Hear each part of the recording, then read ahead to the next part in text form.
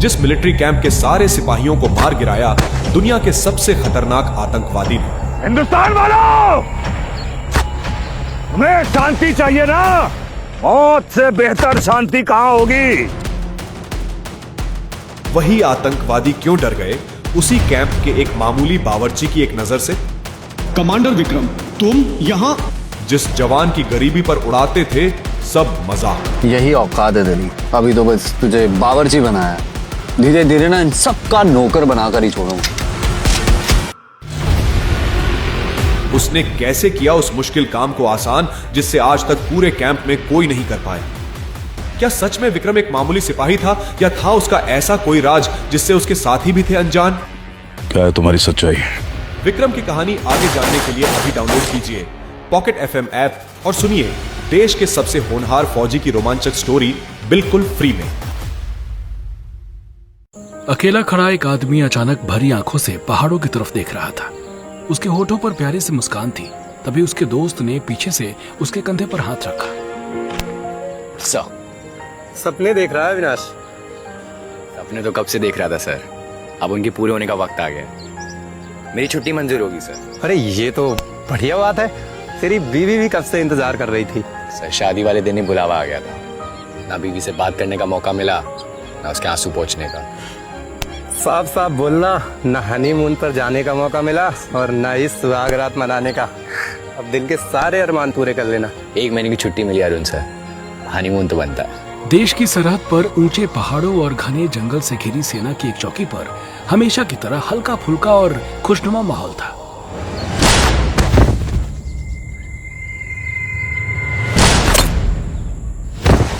अचानक गोलियों की दंदनाहट से मीलों तक फैला सन्नाटा दहल गया। बाकी फौजी भी तेजी से उठकर बंदूकों की तरफ दौड़े, लेकिन वहां तक पहुंचने से पहले ही सब एक एक करके गोलियों का निशाना बन गए।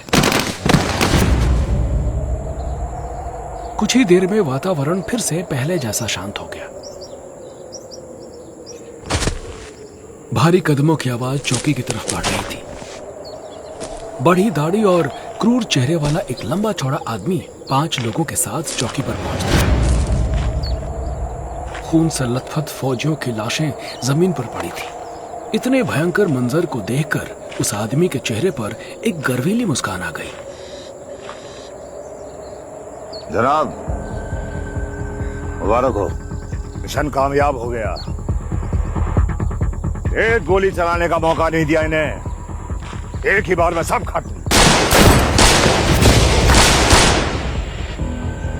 ठीक है जनाब।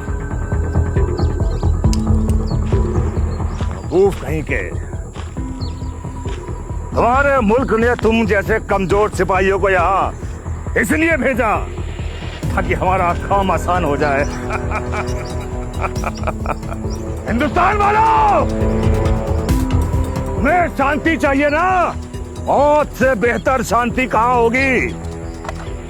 कहां होगी? कहां होगी? बॉर्डर पर जितनी भी चौकियां हैं एक एक करके सब मिटा देंगे। वो दिन दूर नहीं जब इस पूरे इलाके पर हमारा परचम लहराएगा और ये पूरा खूबसूरत इलाका हमारे मुल्क का हिस्सा होगा। तभी अंदर का मुआयना करने गया एक आदमी दौड़कर उसके पास आया। जनाब, यहाँ 9 लाशें हैं, एक सिपाही गायब है। 10वां सैनिक कहाँ है? 10वां सैनिक कहाँ है? हमें खबर मिली थी कि यहाँ पर 10 सैनिक हैं। ढूंढो, जाओ अंदर देख। एक सिपाही गायब है यहाँ से। हमने 9 लोगों को मार दिया लेकिन एक नहीं दिख रहा। नहीं नहीं, भागने का सवाल ही नहीं होता, हमने मौका ही नहीं दिया। जनाब, अगर आप कहें तो मैं उसके पीछे जाता हूं। उसके पीछे जाकर देखें। नहीं, इस वक्त आगे जाने में खतरा है, हम उसे नहीं ढूंढेंगे। इस देश के सैनिकों को अच्छी तरह जानता हूं मैं। अपनी जान से ज्यादा इन्हें अपने देश की मिट्टी और अपने साथियों की जान प्यारी होती है। देखना, वो 10वां सैनिक खुद तुम्हें ढूंढते हुए आएगा। अभी के लिए लौट जाओ, उसे जंगल में खत्म करना। ठीक है जनाब। सबकी बॉडी उठाकर रसोई घर में डाल दो, राख हो जाने दो। इन पड़ोसी मुल्क वालों को हमारी ताकत का अंदाजा लगना चाहिए।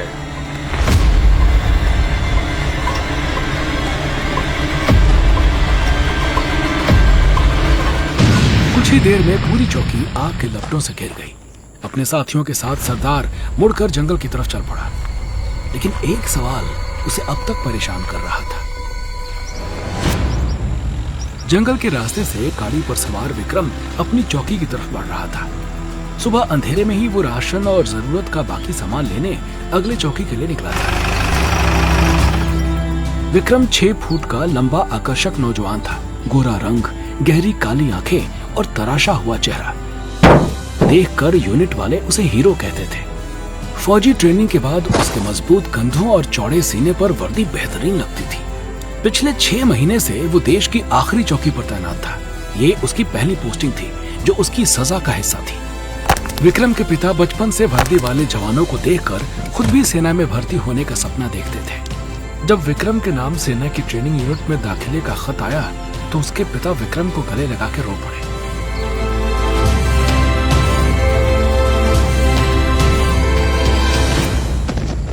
लेकिन ट्रेनिंग के दौरान धीरज नाम की एक फौजी के साथ विक्रम का झगड़ा हो गया, जिसकी वजह से उसे सजा के तौर पर इस पहाड़ी चौकी में भेज दिया गया। वैसे यहाँ कोई खास तकलीफ नहीं थी, सिवाय इसके कि 6 महीने में उसने एक बार भी गन नहीं छोड़ा था। एक असली फौजी होने का उसे अब तक कोई अनुभव नहीं मिला था। बिल्कुल बॉर्डर से लगी हुई ये जगह एक तरफ पथरीले सपाट पहाड़ों से घिरी थी और दूसरी तरफ बहुत घने जंगल से। इसलिए जंगल के किनारे बनी चौकी पर पिछले 30 सालों में कभी हमला नहीं हुआ था। लेकिन उसमें ऐसे जवान रहते थे जिन्हें किसी वजह से सजा दी गई हो या जो रिटायर होने वाले हों। इसलिए वो सभी दोस्तों की तरह हंसी मजाक करते हुए अपने दिन बिताते थे। विक्रम जानता था कि इस वक्त सभी बाहर बैठकर कैप्टन अरुण के गिटार का आनंद ले रहे होंगे। 2 दिन पहले की तरह शायद सब उन्हें छेड़ भी रहे होंगे। 2 दिन पहले का मंजर याद आते ही उसके चेहरे पर मुस्कान आ गई। मेजर रवि अपनी पत्नी और बेटे की तस्वीर निहार रहे थे, जब कैप्टन अरुण गिटार पर एक प्यार भरी फिल्मी गीत की धुन बजा रहे थे। जी, ये गाना आप अपने लिए बजा रहे हैं या फिर मेजर साहब के लिए? सबके लिए सूबेदार साहब। आपको भी भाभी जी की याद आ रही है? नहीं आई तो सही। भाई हम अपनी बीवियों को प्यार भरे गीतों से नहीं, फोन पे मिली फटकार से हम उन्हें याद करते हैं। भाई मौज मस्ती तो आप लोगों की है। अच्छा बताओ, तुम्हारी मंदगेतर विशाखा ने कभी तुम्हें डांटा है, कभी गुस्सा किया है? एक बार हुई थी सर, क्योंकि महीनों से छुट्टी पर ही नहीं जा पाया था। चल चले, उसको डांट नहीं बोलते, उसको प्यार की फटकार बोलते हैं। हमारी उम्र तक आते आते प्यार का भरपूर चक्कर हो जाता है, पता ही नहीं चलता। और रह जाती है गुर्राती हुई श्रीमती जी, चाहे वो फोन पे हो चाहे वो सामने हो। अरे देश की सेना के इतने बड़े अफसर जो किसी दुश्मन से नहीं डरते, अपनी बीवी की एक छोटी सी आवाज में चुप हो जाते। अब साहब जी, असली सरकार तो घरवाली की होती है। और एक बात कहें, देश की सत्ता तो आप अपने वोट से हर 5 साल के बाद बदल सकते हैं, लेकिन शादी के बाद घर पर हुकूमत तो परमानेंट बीवी का ही होता है और आप इसे बदल भी नहीं सकते। ये सारी बातें सुन के अब शादी का इरादा मत बदल लेना सर। महीनों की ड्यूटी के बाद जब बीवी का मुस्कुराता शर्माता चेहरा देखने को मिलता है ना, तो ऐसे लगता है जिंदगी में बाहर आ गई। अविनाश के इंदर का शायर कहीं कोने में बैठ के अपनी बीवी के लिए कविताएं लिखते। अब एक गलती के कारण यहाँ पोस्टिंग कर दी, तो अपने अंदर के फौजी की जगह अपने अंदर के शायर को जगह दी। सर, क्या बाकी पोस्ट पे ऐसा नहीं होता है? मतलब वहां क्या हमेशा लड़ाइयां होती रहती हैं?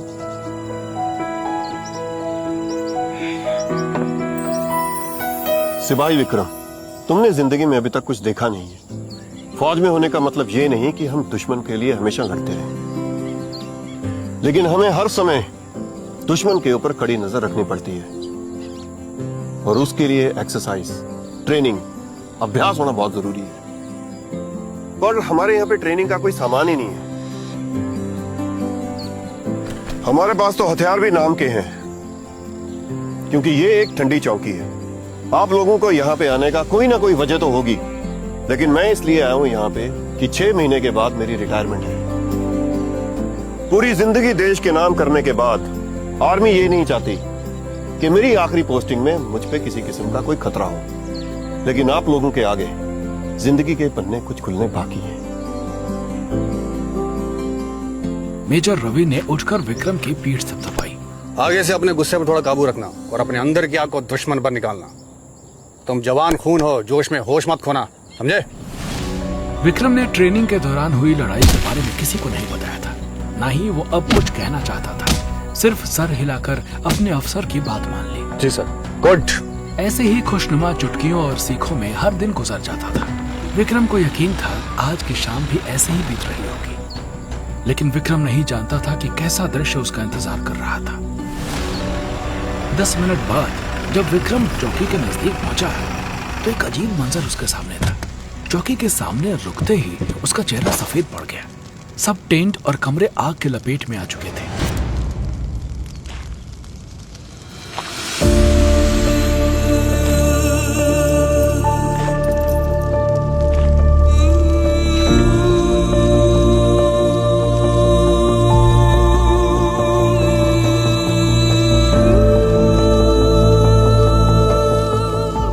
विक्रम की आवाज कांपने लगी। हिम्मत करके वो आगे बढ़ा। अंदर जलती हुई 9 लाशें थी। कैप्टन अरुण का टूटा हुआ गिटार एक कोने में अब तक आग से बचा हुआ था। चौकी के सब अफसर और जवान अपने हथियार यहीं रखते थे, क्योंकि इस चौकी पर कोई खतरा नहीं था। कभी अपनी सुरक्षा के लिए हथियारों की जरूरत ही नहीं पड़ी। आज भी हथियार अनछुए वहीं पड़े थे। जिसने भी हमला किया उसने किसी को हथियारों तक पहुंचने का मौका तक नहीं दिया। उसे समझ नहीं आया कि वो क्या करे। इर्द गिर्द देखकर अचानक वो जोर से चिल्ला पड़ा।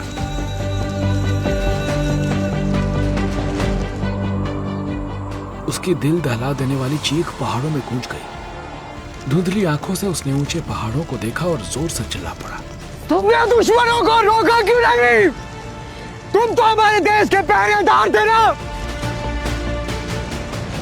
फिर आज मेरे साथियों को क्यों नहीं बचा पाए तुम सब?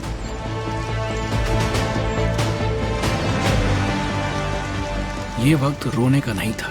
उसके साथी जिन्हें वो भाई जैसा मानता था शहीद हुए थे। ये खबर अगली चौकी तक पहुंचाना जरूरी था, जहां सैटेलाइट फोन था। वो जगह भी जलकर राख हो चुकी थी। विक्रम के पास किसी को संपर्क करने का कोई जरिया नहीं था, सिवाय इसके कई घंटों के सफर के बाद अगली चौकी तक पहुंचता। एक लंबी छुरी के अलावा वहां कुछ नहीं बचा था।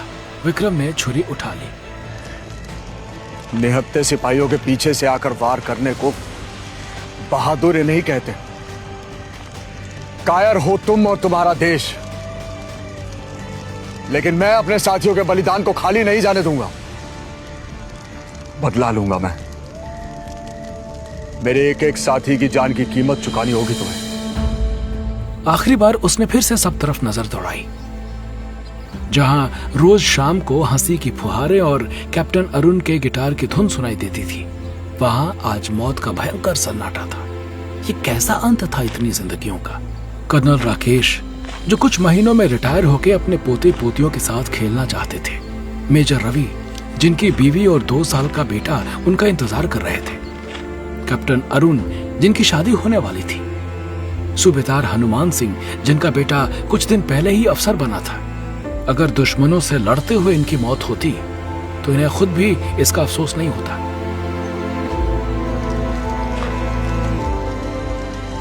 विक्रम का खून खौल उठा। अगले ही पल मुड़कर वो जंगल की तरफ दौड़ पड़ा। विक्रम की आंखों में लड़कपन की शरारत नहीं, बल्कि दृढ़ निश्चय की चमक थी। उसके पास न लड़ाई का अनुभव था, न कभी दुश्मन से टक्कर हुई थी। ट्रेनिंग के दौरान उसने लड़ाई के टारगेट पर एक बार गोली डाली थी, पर आज तक किसी इंसान पर गोली नहीं चलाई थी। फिर भी बिना किसी डर के विक्रम तेजी से जंगल की ओर जा रहा था। अचानक एक तेज धमाके की आवाज हुई। विक्रम ठिठक कर वहीं रुक गया। उसने मुड़कर चौकी की तरफ देखा। चौकी के स्टोर में कुछ ग्रेनेड थे। हो सकता है आग की वजह से कोई ग्रेनेड फट गया हो। लेकिन कुछ ही मिनट बाद जब एक और धमाका हुआ तो विक्रम को यकीन हो गया कि ये आवाज चौकी से नहीं, बल्कि आगे जंगल से आई है। इसका मतलब उसके साथियों के हथियारे जंगल में मौजूद थे। उसकी नजर जमीन पर पड़े 2 खाली बुलेट्स पर गई। विक्रम सोच में पड़ गया। अचानक उसका चेहरा चमक उठा। अपनी ट्रेनिंग के दौरान विक्रम को सीक्रेट कमांडो फोर्स के बारे में पता चला था।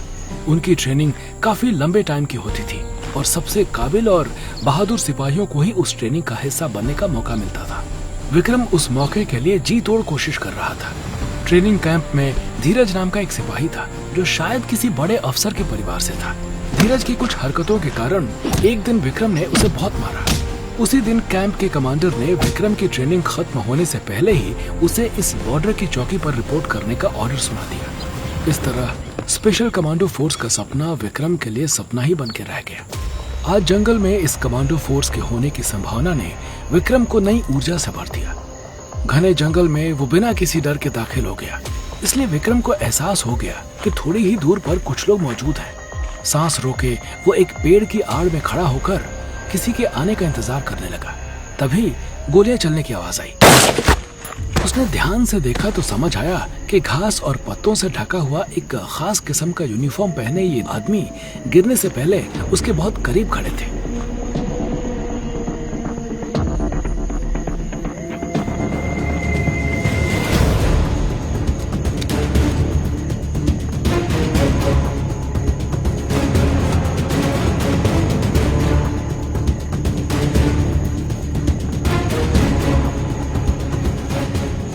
सिपाही ने बंदूक की नोक से उसका वार रोकते हुए कहा, तुम्हें लगता है तुम्हारी छुरी मेरी गन से ज्यादा तेज है? सर पर बुलेट प्रूफ हेलमेट था और हाथों में आधुनिक बंदूक। मैं भी इंडियन आर्मी का जवान हूँ। सर्विस नंबर, यूनिट नेम और कौन सी चौकी? पहाड़ वाली बॉर्डर की चौकी। विक्रम सिंह चौहान, सिपाही। उसके चेहरे पर काला पेंट लगा हुआ था।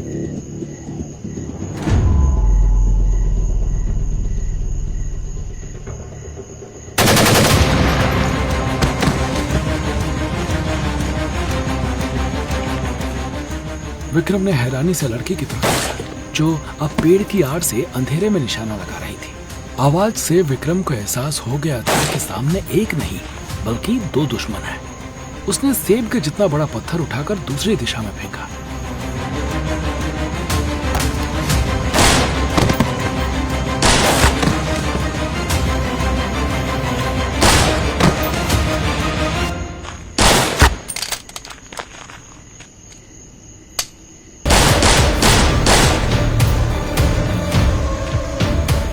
विक्रम जब पेड़ की आड़ से बाहर निकला तो उसने देखा लड़की की कमर से खून बह रहा था। विक्रम ने खून से रंगी उसकी जैकेट की तरफ इशारा किया। विक्रम ने गिरे हुए आदमी का बैग उठाकर खोला। मैम, आपको चोट लगी है? ज्यादा कुछ नहीं हुआ, बस गोली छू के निकल गई है। मैं भी फर्स्ट एड किट उन आतंकवादियों के पास से मिली है। फर्स्ट एड किट तो मेरे पास भी है, और अगर तुम फौजी हो तो तुम्हारे पास भी होनी चाहिए, या फिर तुम झूठ बोल रहे हो?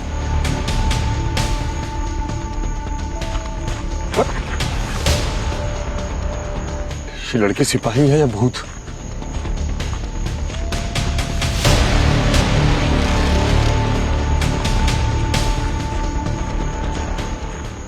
काफी दूर निकलने के बाद लड़की अचानक रुक गई और बोली, ये जगह दुश्मन के रडार के पहुंच से बाहर है, वो यहाँ पे नहीं आ सकते।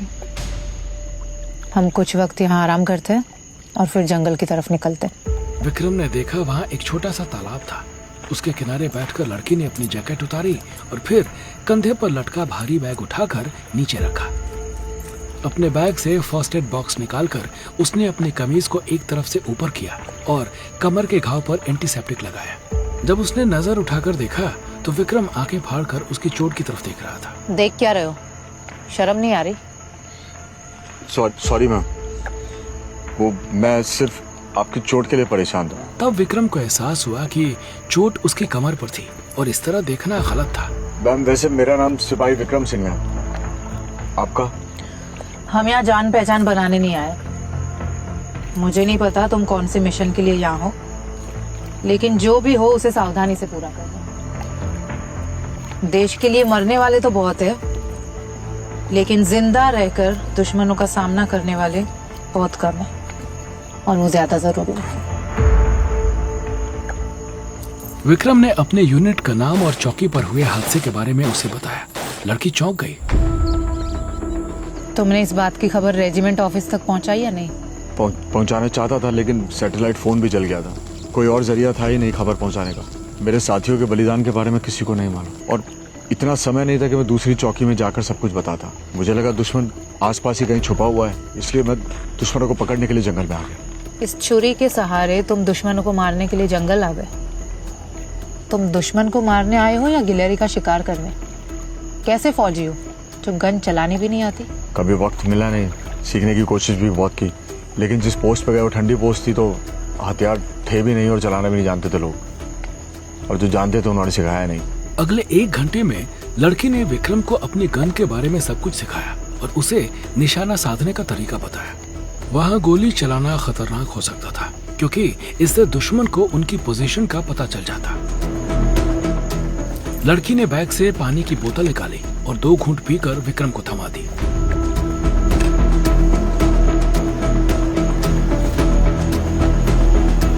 पानी पीकर विक्रम को एहसास हुआ कि उसने पिछले 12 घंटे से कुछ खाया पिया नहीं था। लड़की ने जैसे उसकी मन की बात समझ ली और बैग से एक बिस्किट का पैकेट निकाला।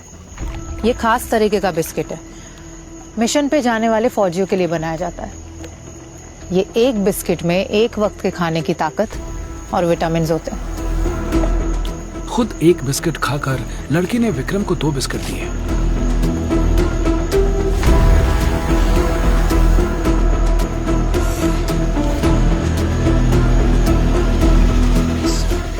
काफी देर हो गई, आप चाहे तो थोड़ा आराम कर सकती हैं, मैं पहरा दूंगा। आई थिंक ये जगह सेफ रहेगी। उसकी बात मानकर लड़की एक पेड़ पर चढ़ गई और अपनी बेल्ट से खुद को टहनी के साथ बांध लिया। कुछ ही देर में उसकी आंखें बंद हो गई। इस तरह पेड़ पर सोना अपने आप को जंगली जानवरों से बचाने के लिए जरूरी था। लड़की को देखकर विक्रम को और भी यकीन होने लगा कि वो किसी खास फोर्स का हिस्सा है, लेकिन उसका मिशन क्या है और कौन थे वो लोग जिनको उसने मारा था? विक्रम के पास सवाल बहुत थे, लेकिन जवाब एक भी नहीं। एक लंबी सांस लेकर वो पेड़ के सहारे खड़ा हो गया। अपने दादा से उसने नींद पर काबू पाने का तरीका बचपन में सीखा था। आम लोगों के मुकाबले विक्रम सिर्फ 3 घंटे की नींद लेकर पूरा दिन काम कर सकता था। जैसे ही सुबह का उजाला होने का एहसास हुआ, लड़की उठ गई, लेकिन जब उसने बेल्ट खोलने की कोशिश की तो उसके चोट से खून निकलने लगा। कसकर बेल्ट लगाने की वजह से घाव ठीक नहीं हुआ था।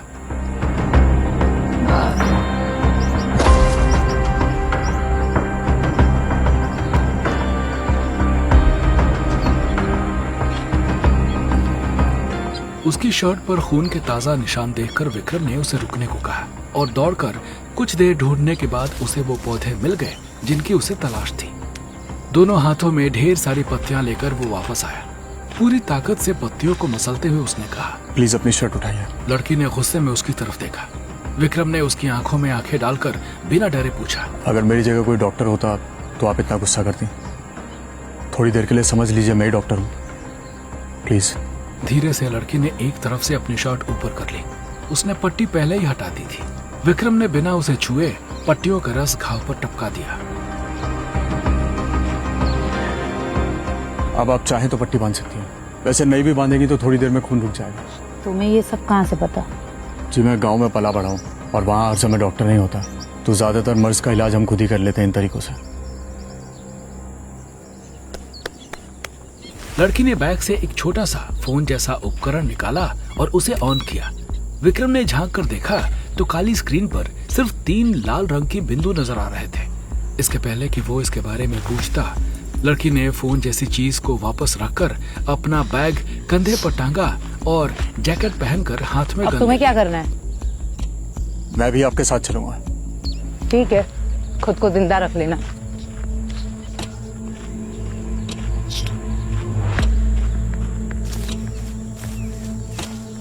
कुछ ही देर में वो जंगल के दूसरे हिस्से में थे। विक्रम को चुप रहने का इशारा करके लड़की धीरे धीरे आगे बढ़ने लगी।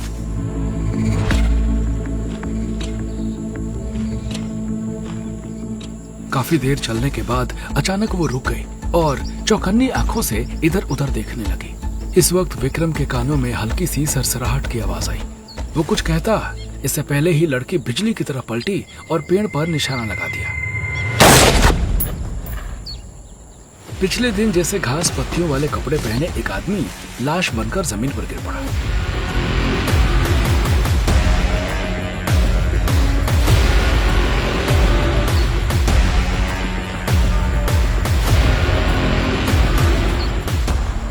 विक्रम ने लपक कर उसकी गन उठा ली।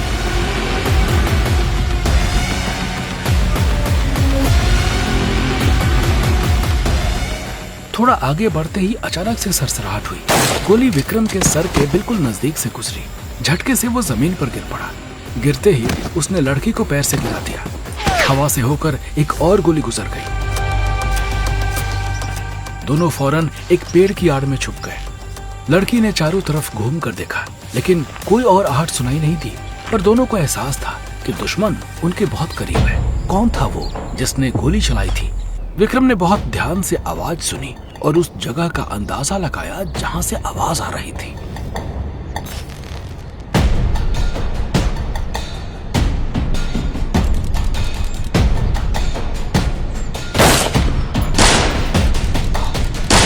इससे पहले कि दुश्मन की तरफ से कोई हरकत होती, विक्रम एक पेड़ पर चढ़ गया।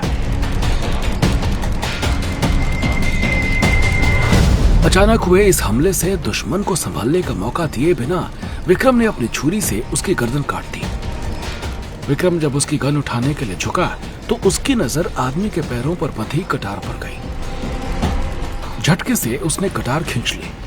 कर्नल राकेश को ये कटार अपने सीनियर ऑफिसर से इनाम के तौर पर मिली थी। ये नाइफ मुझे मेरे सीनियर ने दी थी। मेरा ब्रेवरी अवार्ड है ये। और जैसे तुम जानते हो कि मैं 6 महीने के बाद रिटायर होने वाला हूं, और मैं भी चाहता हूं कि इसे मैं किसी को गिफ्ट करूं। I see spark in your eyes. Be brave and be honest in your duty. नफरत भरी आंखों से मरे हुए आदमी को देखते हुए विक्रम ने कटार को संभाल कर अपने बैग में रख लिया। जिंदगी में पहली बार उसने किसी आदमी की जान ली थी। आज उसे इस बात की खुशी ही नहीं बल्कि गर्व भी था कि उसने अपने साथियों के कातिल से बदला ले लिया। तभी दनादन गोलियां चलने की आवाज से उसका ध्यान वापस लड़की की तरफ गया और वो दूसरी तरफ दौड़ पड़ा। गोलियां दो तरफ से चल रही थी, लेकिन वो नहीं जानता था कि लड़की किस दिशा में है। कुछ देर बाद जब ये शोर थमा तो विक्रम ने दोनों तरफ से आने वाली कदमों की आहट का जायजा लिया। लड़की का वजन बहुत कम था, इसलिए उसके कदम आदमी के मुकाबले कम आवाज कर रहे थे।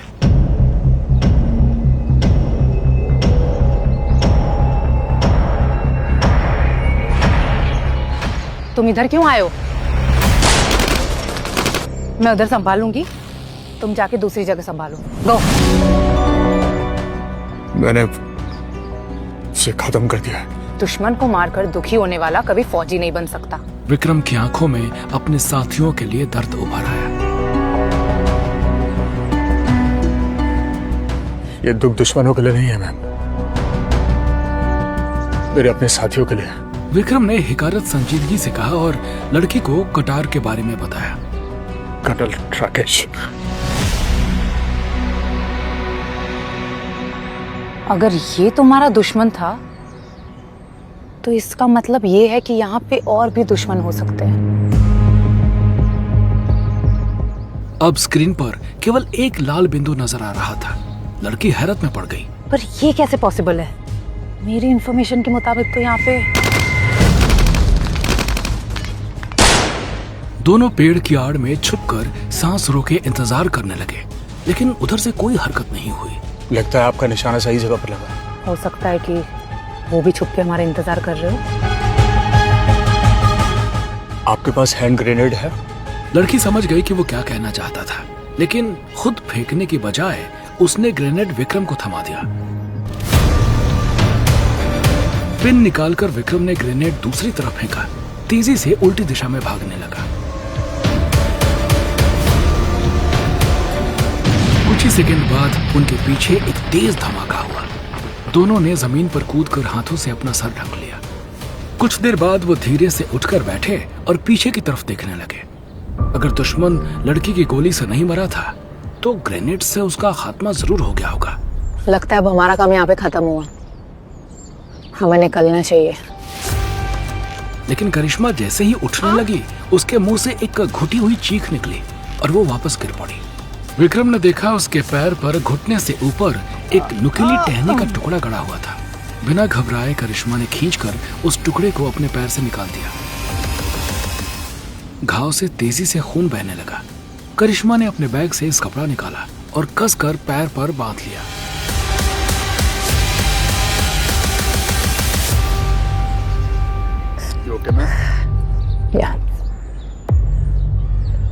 हमारा काम इस जंगल से खत्म हो गया है, अब हमें निकलना चाहिए। विक्रम जानता था कि लड़की उसकी मदद लेने को तैयार नहीं होगी। विक्रम ने मन ही मन एक फैसला लिया। क्या कर रहे हो तुम? मैम आप चाहे तो बाद में इस गलती की सजा दे सकते, लेकिन अगर अभी हमें इस जंगल से बाहर निकलना है तो यही एक तरीका है। लड़की जानती थी कि विक्रम सही कह रहा है। उसके पैर की चोट उनकी स्पीड को बहुत कम कर देती। प्लीज। उसने चुपचाप विक्रम के कंधों को कसकर पकड़ लिया।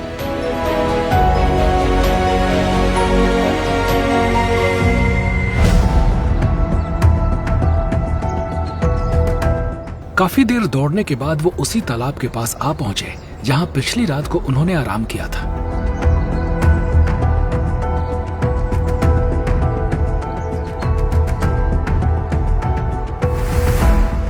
एक काम करता हूँ, फिर से आपके लिए पत्तों की दवा बना देता हूँ, क्योंकि अगर ऐसे ही खून बहता रहा तो मदद मिलने तक आपकी हालत बहुत खराब हो जाएगी। जिन आंखों में पहले रूखापन था, वही आंखें अब विक्रम की हर गतिविधि को निहार रही थी। इतनी दूर तक उसे उठाकर दौड़ने के बाद भी विक्रम की सांस फूली हुई नहीं थी। वो सिर्फ बहादुर ही नहीं बल्कि ताकतवर भी था। बस उसे सही मार्गदर्शन की जरूरत थी। क्या तुम मेरे लिए पानी ला सकते हैं? पानी भरकर विक्रम उसके पास लेकर आया।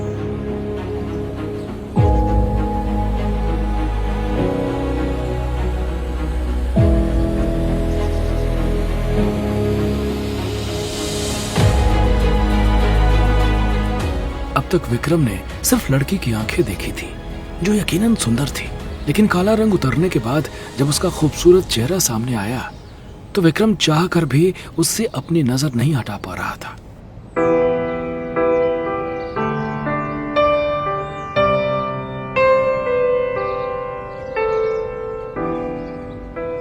खूबसूरत हूँ? उसमें खोए हुए विक्रम ने बिना सोचे जवाब दिया। बहुत। लड़की जोर से हंस पड़ी। विक्रम जैसे नींद से जागा।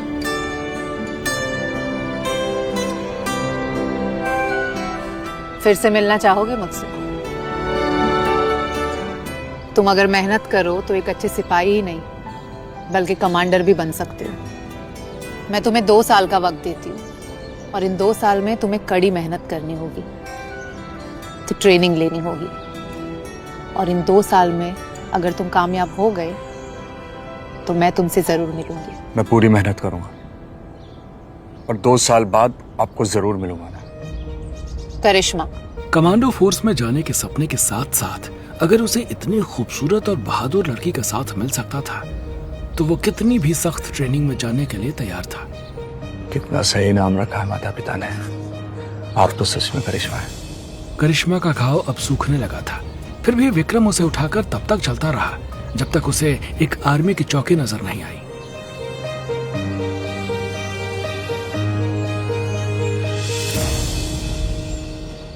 उनके धूल मिट्टी और खून से सने कपड़े और चेहरे देखकर सब सैनिकों ने उन पर बंदूक तान ली। मैं सिपाही विक्रम चौहान पहाड़ी के बॉर्डर वाली पोस्ट से आया हूँ। हम दोनों एक हादसे में फंस गए थे। मैडम को उनकी पोस्ट पर जाना है। प्लीज बैरिकेड खोलिए। सैनिकों ने दोनों को अंदर जाने का रास्ता दे दिया, लेकिन सबकी चौकन्नी नजरें अब भी उन पर थी।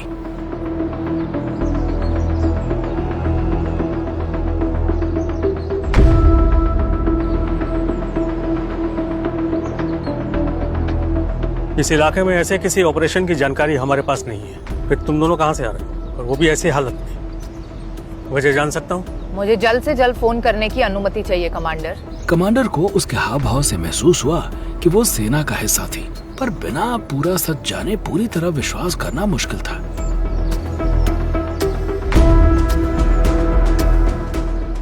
काम हो गया है। इतना कहकर उसने मुड़कर कमांडर को फोन वापस कर दिया।